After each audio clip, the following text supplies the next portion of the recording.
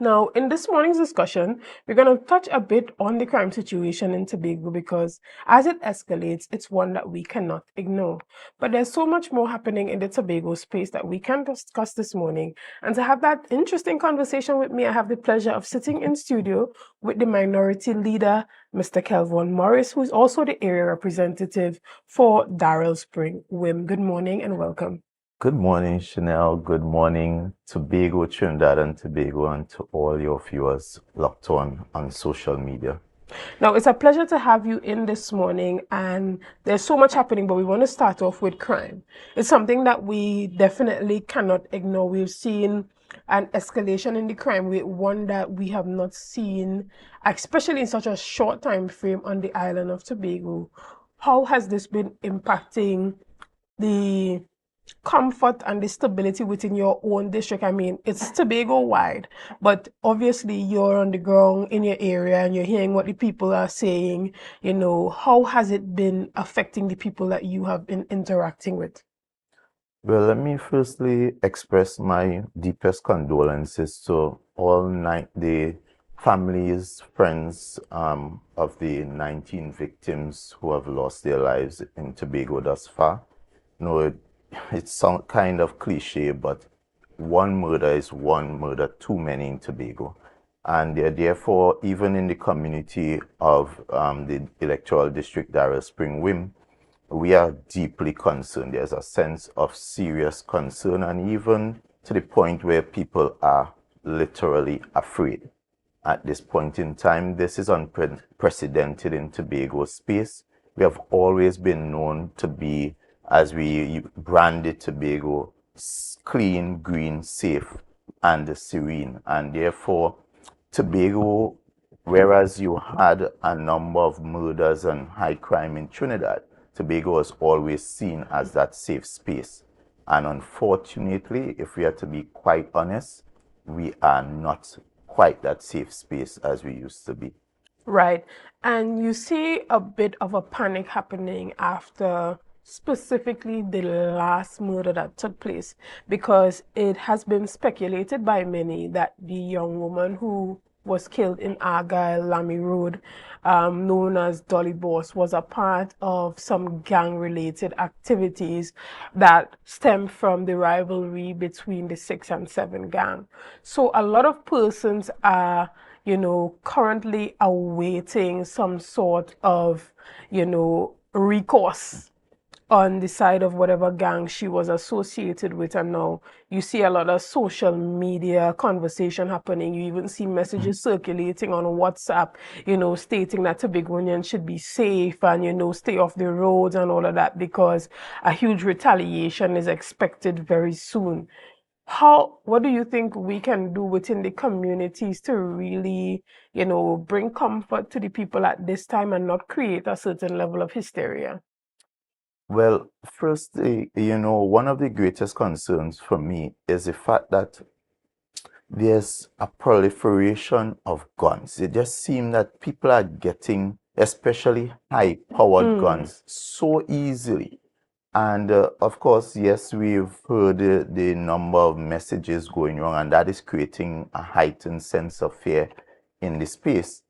And it therefore tells me that we have challenges with our borders. That is one, because it means the guns are getting here some way and somehow, and perhaps through legitimate and illegitimate means. Therefore, we have to try to treat with that response. That response, we need to get those guns out of the hands of these people who, in their hands, it becomes a weapon of mass destruction. And we've seen it in different communities where they come, they spray down blocks, and we saw it happen in Blackrock. And therefore, we really need one, perhaps, I know a number of places they've tried it, gun amnesty, whether it would work in this space, whether people are willing to give up their guns. But we need to find a way to get the guns out of the hands of some of these young men, especially these gangs. And then we have to break up the gangs as well.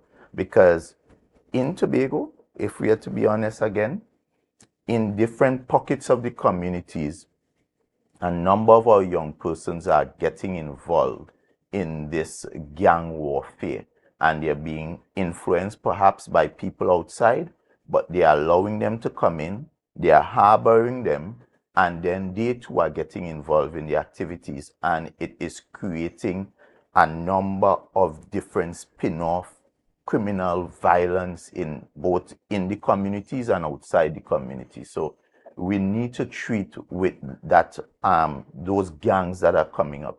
It also means that we as Tobago, as the Tobago House of Assembly especially, we cannot divorce ourselves from what is happening.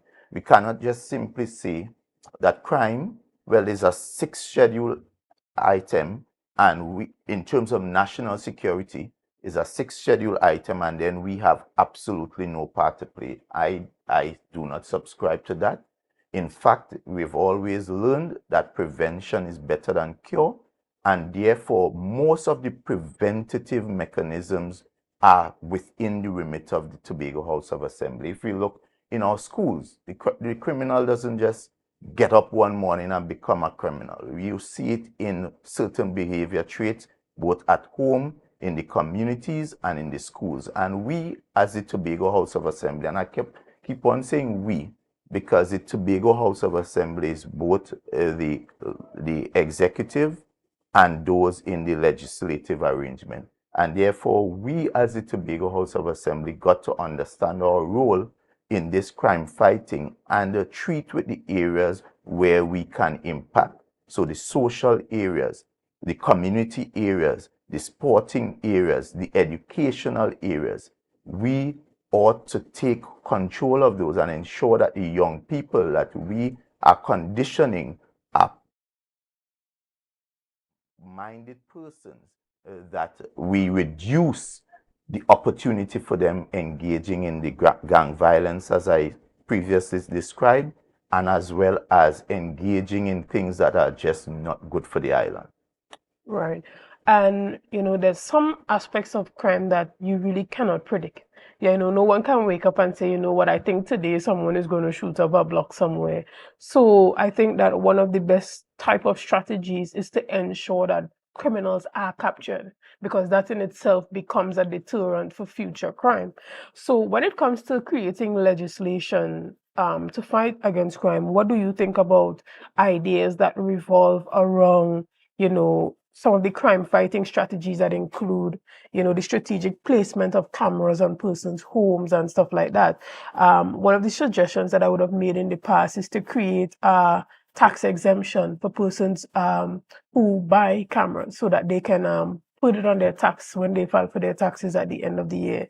If you bought a Ring camera, or if you bought any type of surveillance equipment that also, faces the public roads or anything like that. Or even just when it comes to import, reducing import taxes on certain surveillance equipment. But then again, there's also the opposite side to that, where someone might say, well, remember in Trinidad very recently, we saw that the criminals were placing, They monitoring too were using devices that opportunity.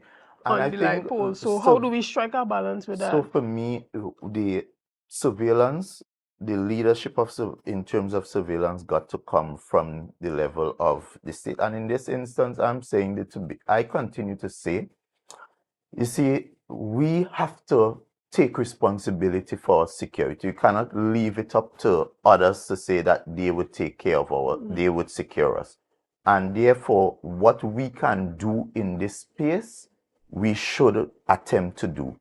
And Tobago is about 116 square miles and a population of about 60,000 people. And I do not think it is difficult for us to have eyes in the sky, that is your surveillance, putting up the necessary, so as to ensure that even when a crime is committed, the likelihood of us capturing and being able to track the perpetrators becomes even greater. Because one of the things that is driving this whole criminal empire that is going on is that people believe that even if I commit a crime, the likelihood of me getting caught is quite low. Look what happened in Lamy Road there. As far as I understand, persons came, shoot up the place, drove quite a distance, and we are least aware as to where they ended up. What is the surveillance mechanism? We have all kind of technology at this time. What about drone technology? How do you see it in places abroad where they are able to, from the time a crime is committed and that response kicks in, you are able to track at the movement of those perpetrators, and so they are caught.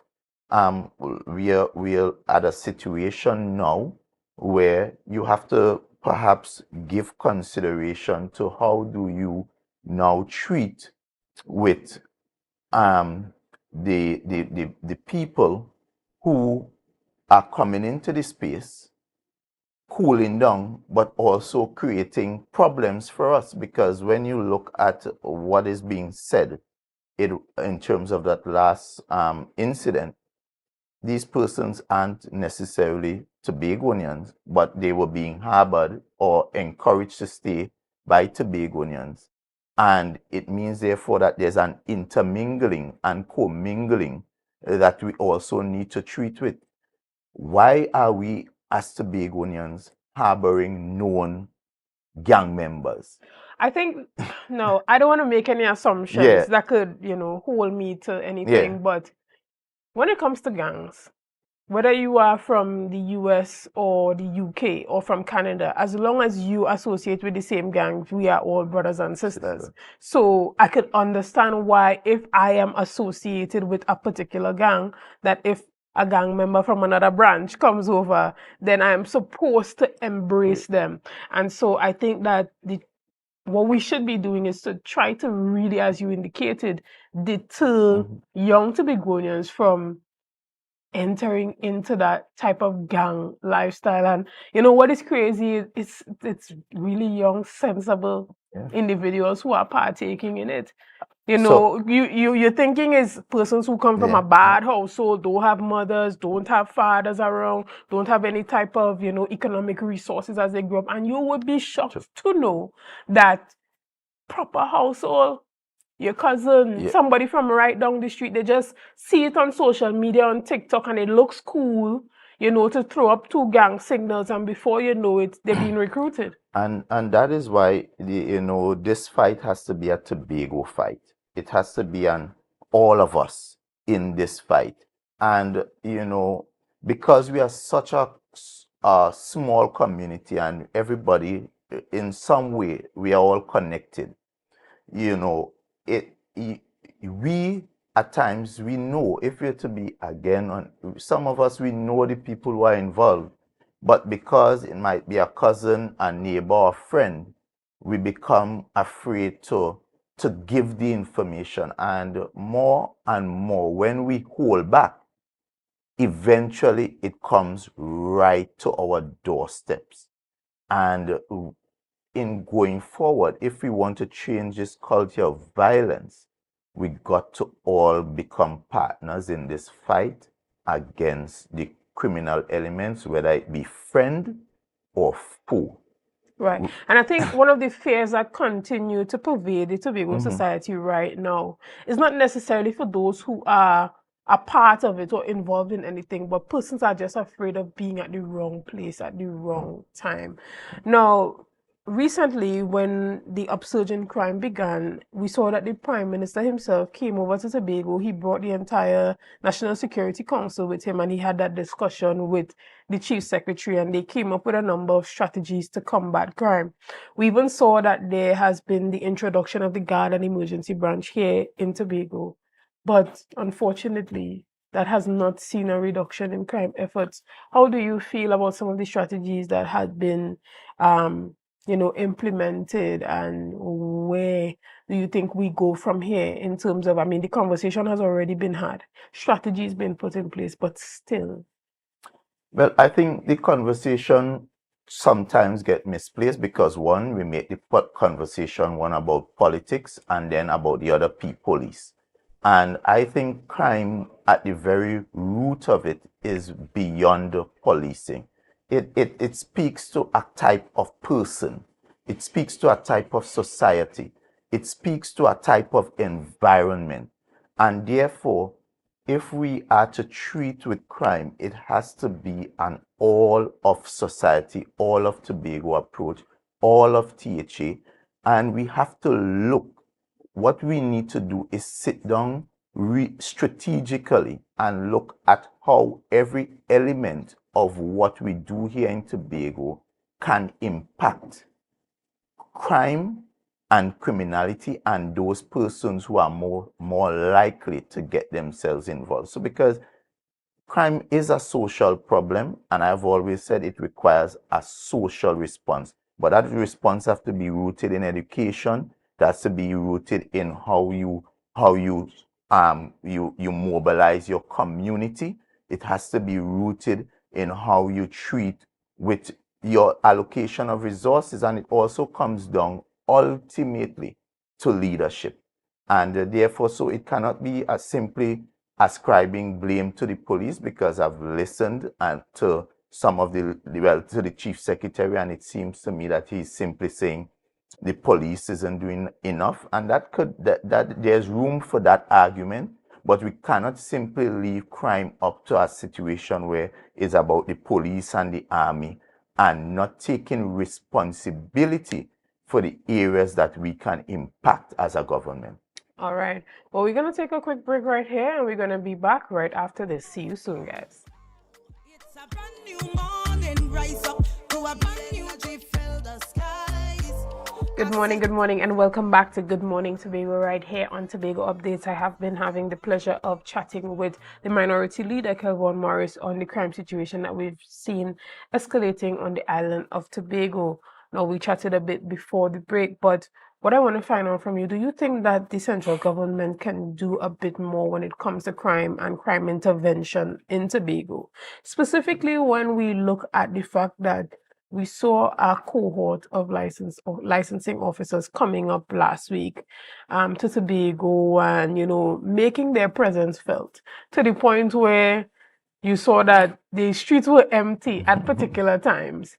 So people were on their P's and Q's, as we would say. Do you think that same level of energy, can be placed towards fighting crime in Tobago? Well, what that tells me is that if there's a level of continuous and sustained presence, then we can in fact suppress the criminal elements in our society. And you see, for me, I prefer that focus be placed where the criminals reside. So I would like to see the security forces put the criminals on the run, keep them busy, keep them uneasy, it shouldn't be Peter shouldn't be paying for Paul, but it should be really the focus should be intelligence led and based, and therefore, but you see that sustained kind of presence, criminals must not find an easy place in Tobago, and a criminal in Trinidad must not feel comfortable in saying, I can come to Tobago to hide out or to cool off. We must take the fight to the criminals. And, I know in Tobago, because we have opposing political elements leading in central government, and then you have another party leading in Tobago, there's a sort of divide as this is central government and this is Tobago. At the end of the day, what we require is the collaboration to make Trinidad and Tobago a safer space. And therefore, wherever the central government can do more, they should. And wherever the Tobago House of Assembly can do more, they also should. And where the resources can be combined to ensure we have a sort of response to make all of us feel safe, it should also be encouraged. This conversation, too many times we find ourselves fighting the wrong fight, where we are fighting one against the other, when the real enemy is those criminals that are making all of us uncomfortable in both our homes and even in our minds. I'm glad that you touched on that. That is so important, because we hear time and time again this current THA administration talking about how limited their resources are. And then you see at the central government level, it almost looks like there's no issue when it comes to money. One of those situations has to do with the Minister for Housing, um, Camille Robinson Regis. She came to Tobago recently, gave out those grants at Shaw Park, and then you hear the THA struggling to have that money to give out their grants, and that particular line item that was removed from the budget request when it was sent down to Trinidad had now come from the central government, come to Tobago to distribute grants. So there is that kind of, distance in who is able to give what, when really and truly it is the Tobagonians who will, i.e., lose out or really gain or benefit. So are you in a position where you can now be advocating along with your colleagues, like the MP for Tobago East and for Tobago West, to ensure that Tobago really gets what Tobago deserves? Specifically, there was a situation with the IADB and that project in Riseland where the ministry had indicated that they would put in the request for the loan to come from IADB so that that project can continue and all the public utilities could be put in place so that individuals can move in. Right. And then the Well, THA came to find out that that request was never made. So what role can you play along with your colleagues to ensure that the resources are given to Tobago? Well, I do not want to speak on matters to which I do not have the facts. So I would rather have the facts, because a story might be told one way when in fact when you get the information it is not. But what I can speak to is what I know. So the THA and the facts are there. During this current administration would have received increased allocations year on year. And the THA, unlike other ministries, they receive basically the allocation as a lump sum, and you can appropriate according to your priorities. So therefore, if you believe that social housing and giving support to home improvement is one of those areas that you want to treat with, you appropriate accordingly. There are national programs, however, for example, self-help, etc. So Tobagonians, we are really in a fortunate position because sometimes we get two bites at the cherry. So the division of settlements would have home improvement programs, and there would be national programs where you as a Tobagonian can also apply, participate, and be given a grant. And therefore, what we would have seen is a central government making allocation, facilitating the Tobago request. And because the Tobago request was facilitated in such a way where you had a number of persons being given grant, rather than having 40 or 50 Tobagonians have to spend $400 to go to Trinidad, the ministry came to Tobago to do that distribution. And distributions of that nature is not uncommon. Self-help do it quite frequently as well.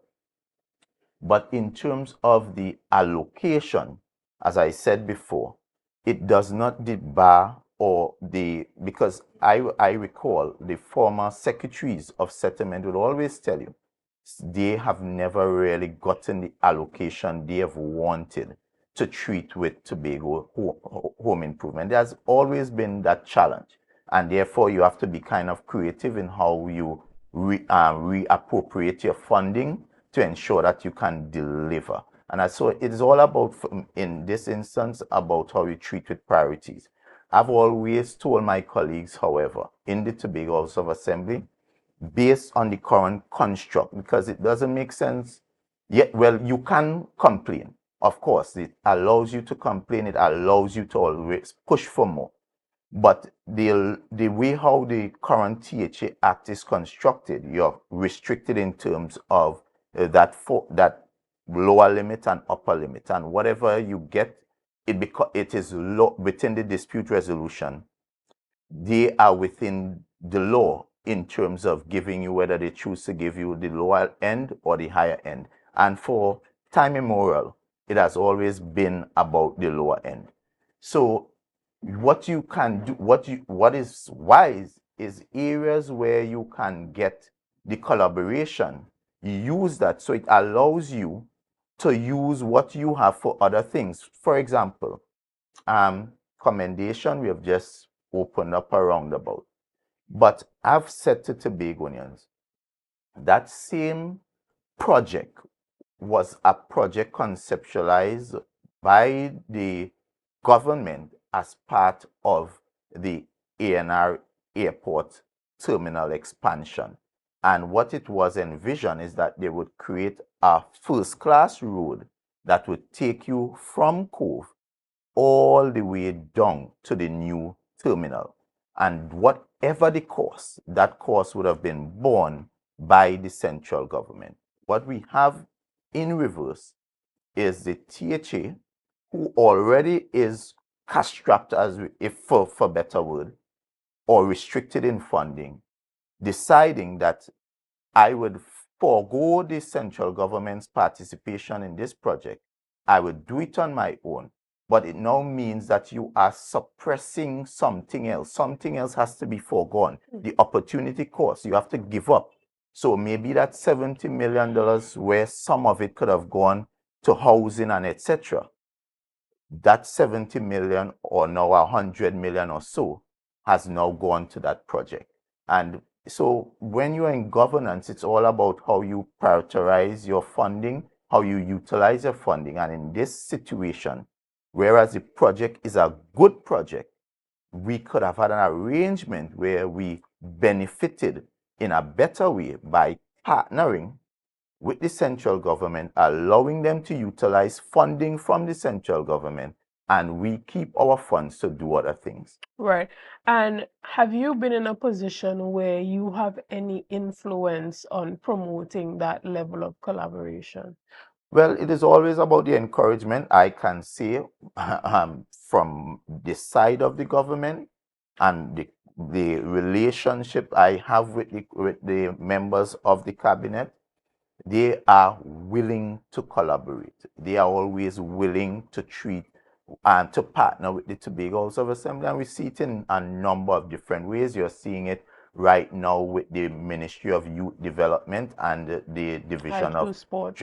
You're seeing I Choose Sport. You're seeing the Homestead Agriculture Youth Program where they're partnering. So they are always willing. And there's a lot to benefit Tobago. I would share with you one example of how Tobago has missed out. There was a project already, just as we're talking about IDB, that Scarborough Esplanade Enhancement Project, where it was earmarked that a certain amount of funding was already approved, so we could have dealt with the upgrade of the Esplanade, put in boardwalk, putting and install underground utility corridor, so all those lines that you're seeing, and that issue we have all uptown where we cannot access uptown now because lines have been pulled down. Those lines would go underground and so forth. And the Secretary of Infrastructure decided that he wanted to take a different course with the project. That is to treat with, because he had his very ambitious Scarborough redevelopment plan.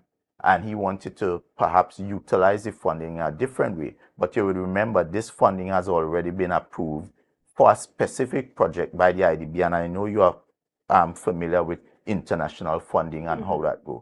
And what that would have happened, because the deadline was missed, that funding basically went back in a real sense. And you now have to start back the process if you want to get new funding. So it is all about how we treat with collaboration. And I am encouraged, I keep using the word collaboration because we are still Trinidad and Tobago. And yes, I know we want to be our own man. We want to feel like we are doing our own thing and doing it our own way.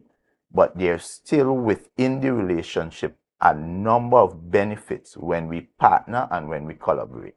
Excellent. We're going to take a quick break right here and we're going to be back right after this. So see you soon, guys.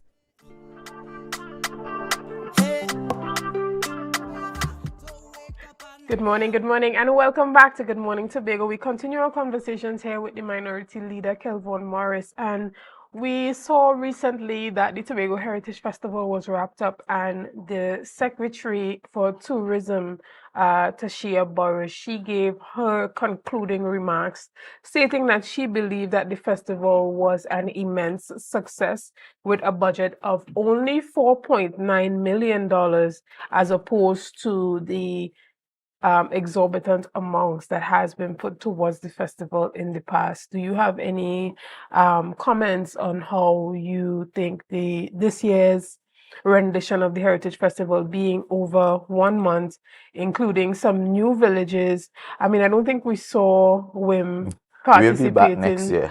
this year, but a number of villages who we had not seen for a very long time. For instance, Roxborough came out this year. They had an excellent immersive street parade presentation on, and so we see a lot of other communities who had previously been, you know, in the background stepping forward. How do you feel about this year's Well, for rendition? me, I heard the secretary saying that it was a success. I would firstly ask her, I believe you should evaluate performance by measurement. So one, you ought to first outline what are your targets, what were you trying to achieve, and then determine to what extent did you achieve those things, and then we can say whether, well, it was Exactly. success. Yeah. And so we have to go beyond just simply the rhetoric. I mean, any effort I would always applaud. I would not knock down my people because it meant that persons would have prepared, people have put their heart and soul into it, and therefore there's always room for improvement. Yes, we saw some returning villages such as Roxborough, I think Monks in George as Okay. well. But then we also had the exclusion of some of our big guns like Lekoto and Pembroke, etc. I understand that we will be coming back next year with the Wake and Bongo. I really look forward to that. But the point is, ultimately we have to understand, why do we do these things, these festivals? What are we trying to achieve? What is the purpose? And if we are saying festivals is one of those pillars towards our tourism trust, then how do we create an immersive experience to the point that people would want to come and participate? And I really want to commend, sometimes we tend to focus on the messenger and not the message, but I want to commend the young, I think, Shanaria Taylor, Taylor, yeah. who is I the think daughter of Jesse Taylor. she really would have, she was on point in her assessment as to what we need to do to build out not just the carnival but our other festivals and make it something that can really derive serious, because at the end of the day you really want to make sure wherever you invest, whether it is 4.5 million or 10 million, that the benefits accrue go beyond that, and the people who are involved are able to say that they got some kind of lucrative return on their investment. So I also want to say as well, Tobago, we have talented young people especially, and we need to utilize those talents. Let us not be so myopic in placing people in boxes and believing that we would only utilize those people who are singing from the same hymn book. We don't all have to agree on let's even the politics, but we can agree on what is to build Tobago, and we utilize the talents where they lie and what they can do. And this is what I would want to see as we build out Tobago, allowing our young people especially to just be able to contribute. And because they want to contribute, I speak to them, I listen to them, I hear the passion in our young people in trying to bring what they are seeing in different places and making sure that we can really bring that to Tobago and improve what we have. So yes, the heritage, kudos to all the people who participated. I was so impressed with I think it's young Clivia who sang that song. That song needs to be packaged, repackaged, At the and Miss Heritage Miss persona. Heritage personality. And it was so impressive to see our young people there on show. And I think more and more we just need to work with our young people to build our island. Excellent. And then we have the Tobago Carnival happening in October. You touched a bit on that with some of the conversations that are happening in the social media space, specifically a conversation that was started by Shanaria Taylor in regards to the potential of where the Tobago Carnival can go. When it comes to packaging Tobago for that festival and selling it, what do you think can be done, to create a product that has its unique identifiers? Well, the thing is, we need to first sit down and identify what are our strengths. What are those things that make us strong, and what are those things that would stand out? And we be proud of it, and we sell. As you say, we make sure we include it, and then package it and sell it to the world. And we must be able to. People must feel like they're tasting the best of Tobago when they come to our carnival. So whatever we have, we leverage to the world. So we have the nylon pool, we leverage that and ensure that whatever we do, we include that. Castara, as you go along the north coast, that is excellent for an experience because you want people to be able to be driving along the north coast and be wowed at the views before as they go to an event and they leave an event. The food, the things we cook and the things our provision, our crab and dumpling, how do we ensure that those things are infused in our events, that people taste the culinary? And then, because you see, what you're trying to do is while you have people in your space, you give them little bite-sized bits and taste so that they would want to come back for something else. So if you call a culinary festival coming out from this experience, people, yeah, I was able to taste this and taste that. And if you're doing a festival now, I want to come back for that. If you're doing we have the goat, why can't we have some event where people could still be in a square and experience the crab and goat race right in the carnival? Yeah. We have to be able to make sure that whatever we have, we give people a sort of bite-sized kind of taste of what we have to offer.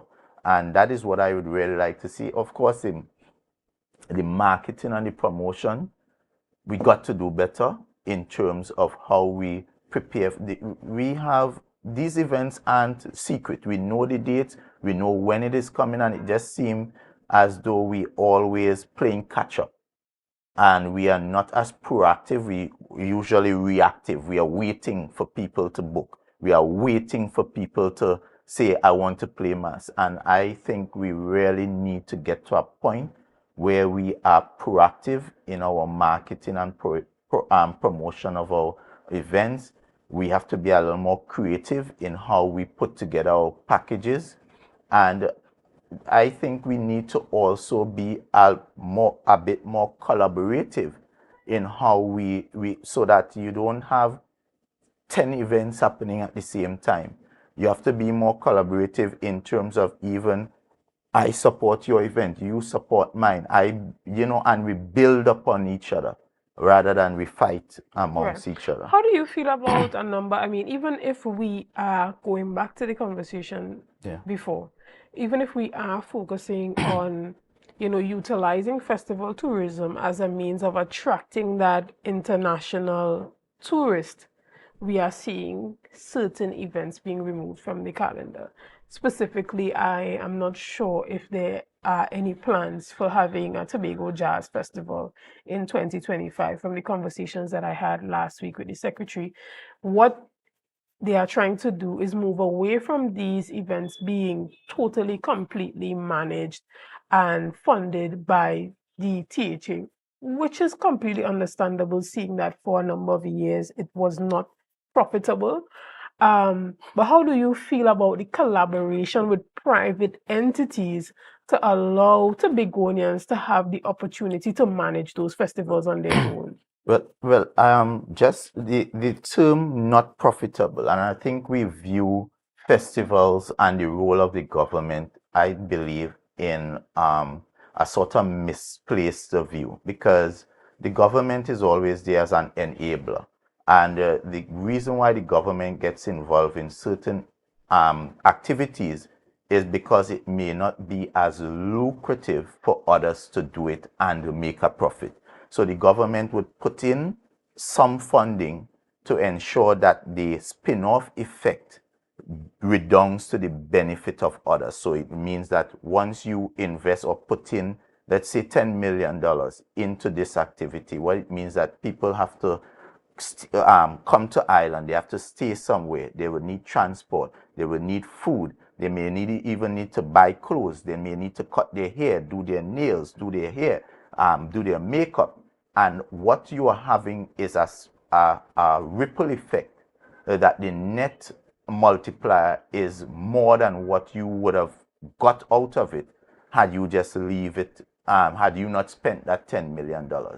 And therefore, to say simply that I'm not going to do this because I, the government, not going to get back this, I think sometimes it's kind of short-sighted. Of course, if there's opportunity for, again, collaboration, and in this instance with private sector, you collaborate.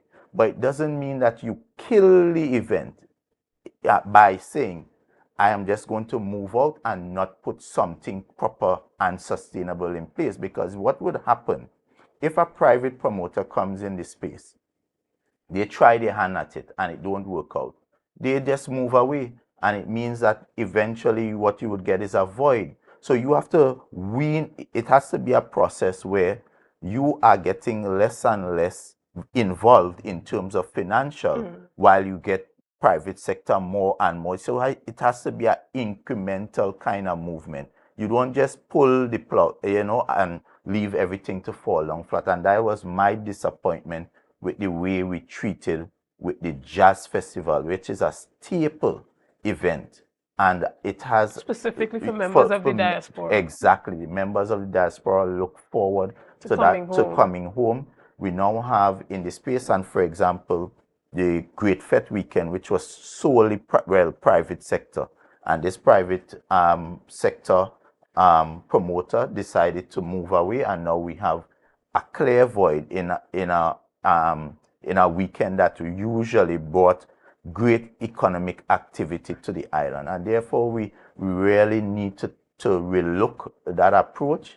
And the question also I have to ask, and as I said, is about priority and management, because previous administrations were doing these activities with less funding. So the question I would continually challenge my colleagues to tell me is where are we doing, or what are we doing with those funding that we are now not utilizing for the benefit of the people in those? Because even when you have jazz, one of the things that we focused on previously is ensuring that we develop the arts, our creatives, those young upcoming singers and artists, drummers, everybody. So you will recall we used to have jazz on the waterfront, which was really that opportunity to showcase our raw Tobago talent.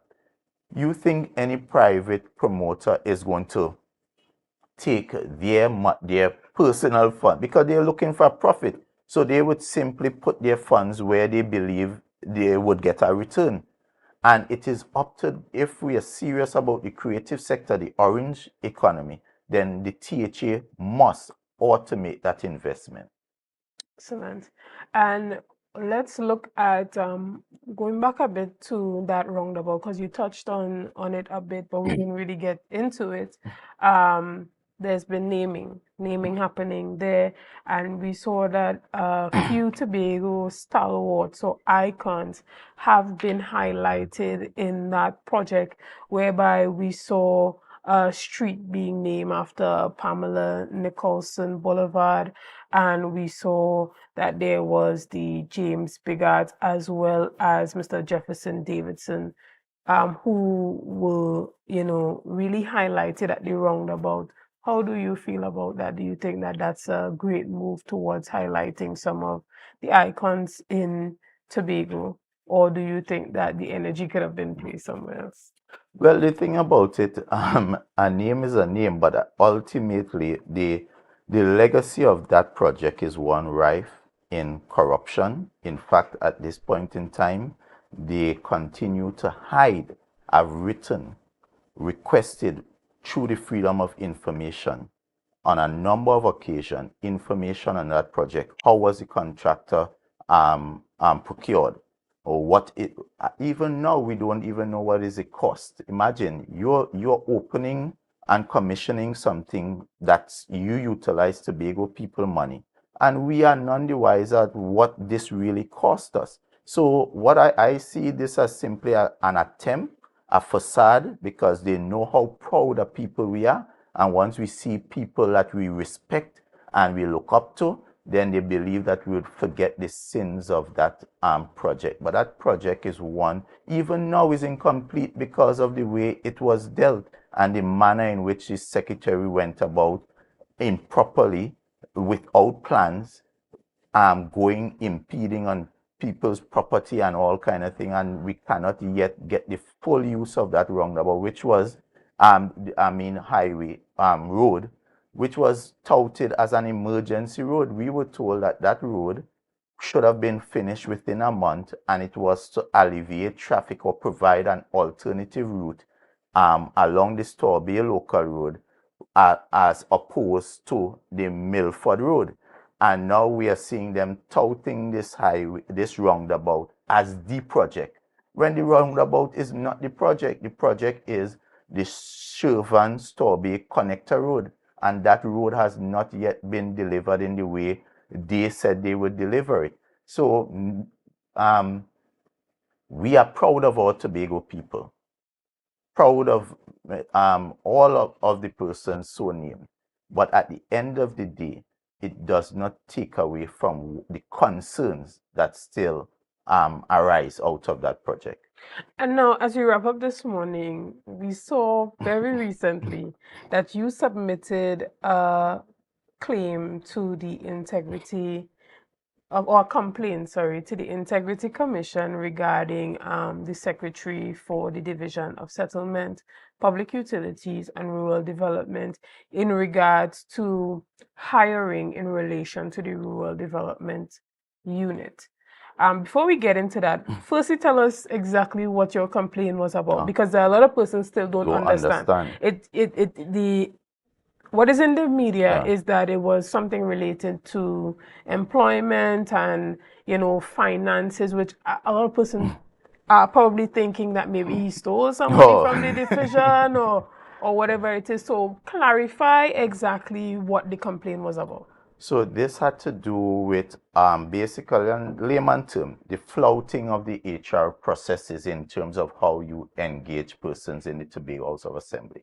And what the complaint is, once you set the rule, you ought to follow the rule. And what we recognize in this situation is that not me, Kelvon, but the HR people and the administrator, through a memo to the secretary, was raising questions as to how persons were engaged. So it is the public officers who understand what the process is saying to the secretary, in this instance, the process perhaps was not followed, and we need to follow it, as not to bring the division into public disrepute and odium. So, and this is what the crux of the matter is: a new unit was created in the Division of Settlements, the Department of Rural Development. So you may have had persons existing on short term there before, but once you go to the point of awarding contracts, what is required is that you create the unit. And once you create the unit, you usually would advertise the position. So you allow for whether you advertise internally. Sometimes you can't justify what you're going to do, whether you would advertise internally, externally, but there must be some opportunity. And once you advertise, then you have your HR process where you interview. So there should be some kind of interview, and then, of course, you have your letter of offer. And what was key in this instance is that the administrator is saying there's nothing on the file to show that there was any advertisement, any interview, any letter of offer, any letter of acceptance, and not even an assumption date. Right. So that is the irregularities So that are you saying that once a unit is established, that individuals cannot come on short term? No. That's not my complaint. My complaint is simply saying that the rules, whatever was established for that unit, was not followed, and it appeared that the public officers were saying they weren't aware of the Right. process. But those individuals that currently work in the rural development unit are on short-term contracts. So how No. They would have been, and they moved from short term. And this matter is a matter I don't want to go in too much yes, into. because it's still being dealt with. Yeah, because but it is those persons under. are even still on short-term contracts. No. But there's officers there with contracts. I can say that without. There's officers in the unit with contracts, and that is what the memo that was shared spoke specifically to I think it was the liaison officer who is on contract. They were on short term because the payment that they received on short term was different from the payment that they are now receiving on contract. And they were making, that is where you saw the questions about the financial arrangements and etc. etc. Right. But And when it comes to the financial part of the complaint that you submitted, to clarify, it had to do with the fact that the division had not had the appropriate allocation to sustain the new employment. Right, and more than that, I'm sure you might be familiar in when you're doing an executive council note, especially when it comes to anything treating with finances, you have to give the status of the vote. And part of the reason why you do that is to show that you have the ability to cover the cost of whatever you are now you're asking.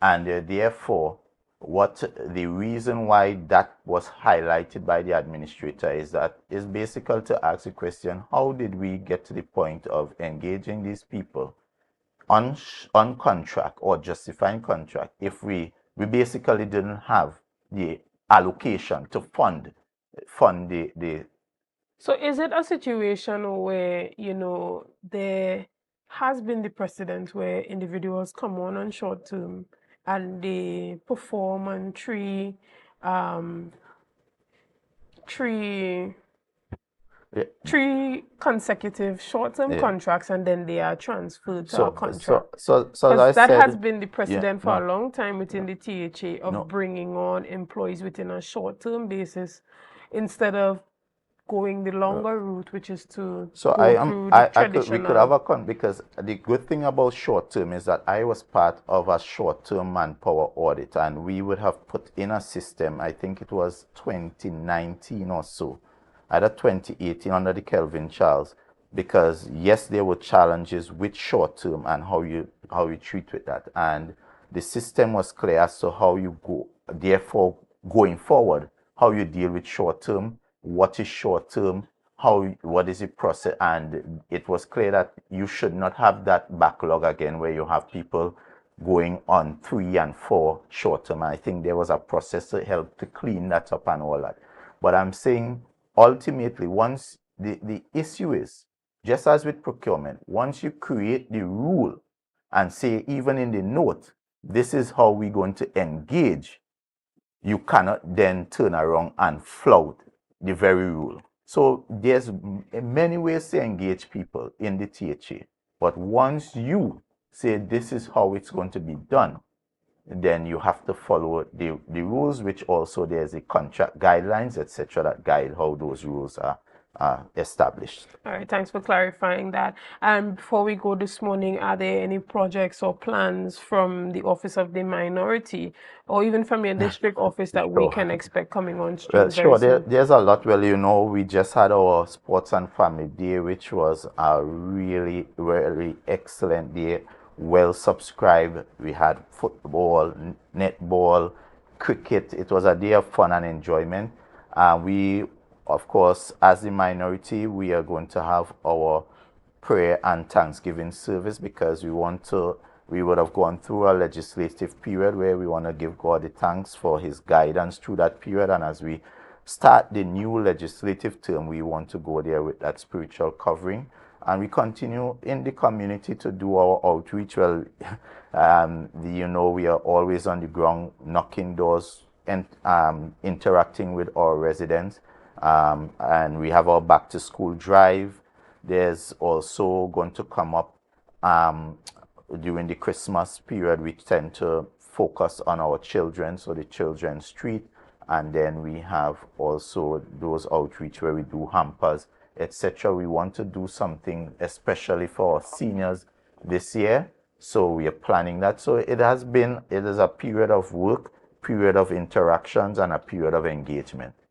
All right. Well, we want to thank you so much for coming on Thank you for this having morning me, and Shenell. It was sitting great. and kind of giving us some of your opinions, specifically, going in depth on where Tobago should be going in relation to crime and your opinion on the Tobago Heritage Festival and where that Tobago And Carnival just as can a go. final note, so tomorrow, there's this a group of stakeholders, including, led by the Chief Secretary, and including myself as minority, would be meeting to have a discussion on crime at 10 a.m. So I also look forward to hearing from the security leadership in Tobago. What are some of their plans? What are some of the challenges? And seeing how I can also be part of that discussion in So is terms this of going to be a public conversation? it's going to be closed door as far as I understand, but I think the time is ripe for us as Tobagonians to have an open, honest dialogue on crime. So would you be having a press conference after that discussion? Or? I will, yes, I will be addressing the media as to basically, and I'm not too sure, I don't want to preempt what is it. If there's a forum set for us to talk to the media together, I would engage in that. If not, I would also have my individual press conference. All right. Well, thank you for making sure that we know that tomorrow at 10 a.m. there would be that stakeholder engagement that includes yourself and the Chief Secretary and a number of, other persons to ensure that the way forward in fighting crime Tobago is a collaborative effort. I wish we had more time to talk about that Tobago police service and all of that, but hopefully you make yourself available for us to chat again. And we want to thank you, the audience, for being a part of such a live discussion. Thank you for adding your comments and for your likes and your shares and for just engaging other persons to join in and come see, come watch, come here. We appreciate it, right? And again, I want to thank you for all that you have been doing to make Tobago Updates the #1 broadcaster here on the island of Tobago. And I hope nothing but that you would have a great day. See you soon.